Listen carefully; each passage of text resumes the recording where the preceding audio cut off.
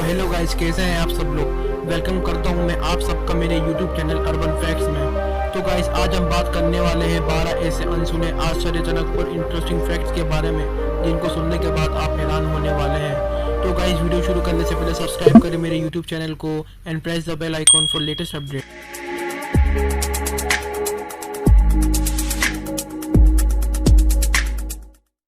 Fact number 1।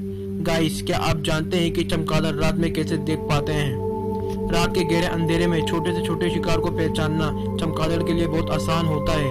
अंधेरे में शिकार की खोज में निकले चमगादड़ शिकार तक पहुंचने के लिए मुंह से तेज गति से ध्वनि तरंगे निकालते हैं, जिसे इकोलोकेशन प्रक्रिया कहा जाता है। इस प्रक्रिया में चमगादड़ अपने मुंह या नाक से ध्वनि तरंगे भेजते हैं और जब ये तरंगे किसी वस्तु से टकराती हैं तो इको उत्पन्न होता है। ये इको उस वस्तु या जीव से टकराकर चमगादड़ के कानों में लौटता है, जिसे सुनकर चमगादड़ पता लगाता है कि उनका शिकार कितना बड़ा और किस आकार का है। शिकार के नजदीक आने के साथ ये तरंगे तेजी हो जाती हैं, जिनकी मदद से चमगादड़ को शिकार की सही स्थिति और दिशा का अंदाजा हो जाता है और वो तुरंत लपक कर अपने शिकार को पकड़ लेते हैं। Fact number 2। क्या आप जानते हैं टायर काले ही क्यों होते हैं। दरअसल इसको बनाते समय इसका रंग बदल जाता है, ये स्लेटी से काला बन जाता है। इस प्रक्रिया को वल्कनाइजेशन कहा जाता है। आपको बता दें कि रबड़ प्राकृतिक रूप से बहुत ज्यादा मजबूत नहीं होता और घिसता भी बहुत जल्दी है। टायर जो कि वाहनों में इस्तेमाल किया जाएगा, अगर उसमें साधारण रबड़ लगा दी जाए तो वह बहुत जल्दी घिस जाएगा और ज्यादा दिन तक नहीं चलेगा। इसलिए इसमें कार्बन ब्लैक मिलाया जाता है, जिससे ये बहुत अधिक मजबूत हो जाता है और कार्बन ब्लैक इसे जल्दी घिसने नहीं देता, जिसकी वजह से टायर काला हो जाता है। तो ये एक मुख्य कारण है टायरों के काले होने के पीछे। Fact number 3। आपको जानकर हैरानी होगी कि 1 घंटे तक हेडफोन का इस्तेमाल करने पर कानों में 700 गुना बैक्टीरिया बढ़ जाने की संभावना होती है। ऐसा इसलिए होता है क्योंकि उन सभी हेडफोन्स में पहले से बैक्टीरिया होते हैं जो कि माइक्रोस्कोपिक लेवल के होते हैं, यानी वे सिर्फ माइक्रोस्कोप में ही दिखते हैं और कुछ ही समय में ये हमारे कान में ट्रांसफर होने लग जाते हैं, जो कि हम नहीं देखते। Fact number 4। क्या आप जानते हैं कि मकड़ी को जलाने पर वह बारूद की तरह फट जाती है। ऐसा इसलिए होता है क्योंकि मकड़ी एक एक्सोस्केलेटन जीव है, यानी इसकी हड्डियां शरीर के अंदर नहीं बल्कि बाहर होती हैं और मकड़ी के शरीर का बनावट इसके बाकी के प्रजाति से इसे बहुत अलग बनाता है। इसका शरीर मुख्यतः 2 भागों में बटा होता है, पहला सिर और दूसरा इसका पूरा शरीर। इसके शरीर में बहुत ज्यादा ही मात्रा में वेनम नामक केमिकल की बहु ऊर्जा मौजूद होती है। छोटे से शरीर में इतना ज्यादा ऊर्जा होने की वजह से ही जब इसको जलाते हैं तो ये केमिकल बारूद की तरह फट जाती है। Fact number 5। गोल्डफिश अपने जीवन काल में कभी भी अपनी आंखों को बंद नहीं करती। ऐसा इसलिए होता है क्योंकि गोल्डफिश की आईलैशेस यानी आंखों को ढकने वाली परत बिल्कुल ना के बराबर होती है, जिसके कारण वे चाह कर भी अपनी आंखों को बंद नहीं कर पाती। Fact number 6। क्या आप बता सकते हैं कि दिमाग का वजन कितना होता है। एक वयस्क के दिमाग का वजन करीब 3 पौंड होता है, यानी 1300 से लेकर 1400 ग्राम तक। दिमाग 75% से ज्यादा पानी का बना होता है। शरीर का सबसे ज्यादा चर्बी वाला अंग दिमाग ही होता है। दिमाग का 40% हिस्सा ग्रे रंग का होता है, जबकि बाकी 60% हिस्सा सफेद रंग का होता है। पूरे शरीर का केवल 2% हिस्सा होते हुए भी हमारा दिमाग पूरे शरीर का 20% ब्लड और ऑक्सीजन अकेले इस्तेमाल कर लेता है। दिमाग के लिए ऑक्सीजन इतना जरूरी हो जाता है कि अगर 5 से 10 मिनट तक इसे ऑक्सीजन ना मिले तो दिमाग भी डैमेज हो सकता है।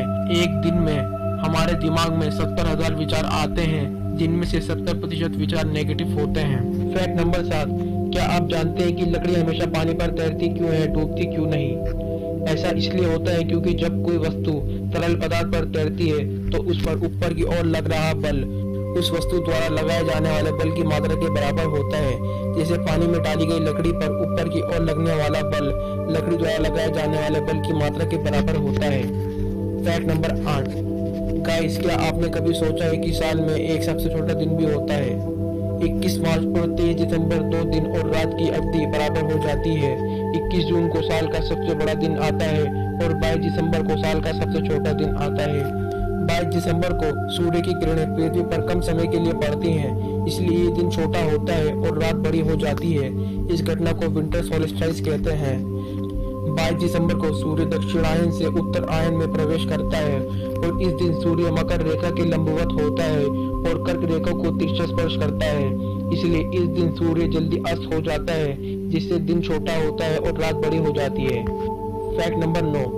गाइस, क्या आप बता सकते हैं कि बादल हमेशा सफेद और काले रंग के ही क्यों होते हैं?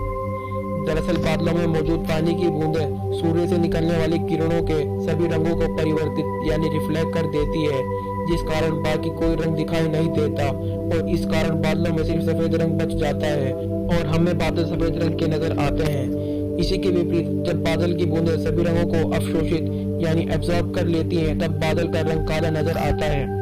सरल भाषा में कहा जाए तो बादलों के सफेद रंग का दिखाई देने का एक स्पष्ट कारण यह है कि बादलों में पानी की बूंदों की अत्यधिक मात्रा होती है और सूर्य की किरणों को बादलों की इन बूंदे से होकर गुजरना पड़ता है। जब ये किरणें बादलों की बूंदों से गुजरती है तो बादल इन्हें सोख लेते हैं और किरणें कई भागों में बंटकर बिखर जाती हैं, जिस कारण बादल सफेद रंग के दिखाई देते हैं। इसी तरह बादलों के गहरे काले रंग होने के पीछे का कारण बादलों की मोटाई पर भी निर्भर है। जब सूर्य की किरणें बहुत कम मात्रा में बादलों से गुजरती हैं तो बादल गहरे काले रंग के हो जाते हैं। Fact number 10। क्या आपने कभी सोचा है कि जुगनू चमकते क्यों हैं? जुगनू ऐसे छोटे छोटे कीट होते हैं जो रात को चमकते हुए दिखाई देते हैं। असल में जुगनू के पेट की त्वचा के नीचे कुछ हिस्से में ऐसे अंग मौजूद होते हैं जो प्रकाश पैदा करते हैं। जुगनू के इन अंगों में ऐसा विशेष रसायन बनता है जो कि ऑक्सीजन के संपर्क में आते ही रोशनी पैदा कर देता है। जुगनू को देखकर भले ही ऐसा लगता हो कि ये लगातार चमकते होंगे, लेकिन ऐसा नहीं होता है। जुगनू एक निश्चित अंतराल पर कुछ समय के लिए चमकते और बुझते हैं। जुगनू के इस तरह चमकने का कारण अपने साथी को आकर्षित करना होता है।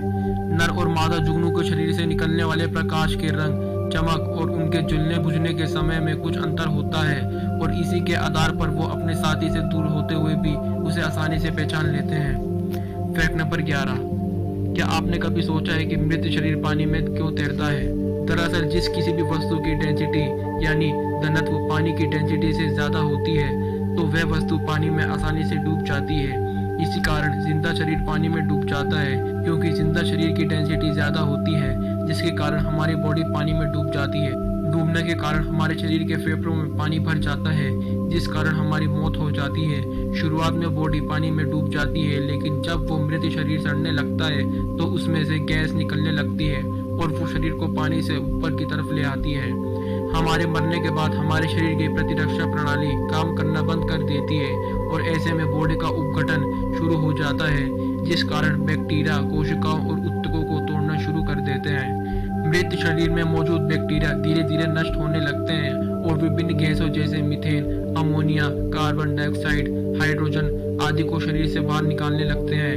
जैसे जैसे शरीर सड़ता है वैसे वैसे शरीर फूलता है, लेकिन उसका वजन नहीं बढ़ता और ऐसे में जो गैस शरीर से बाहर निकलती है वो शरीर को पानी के ऊपर की तरफ ले आती है और वो मृत शरीर पानी में डूबने की बजाय उस पर तैरने लगता है।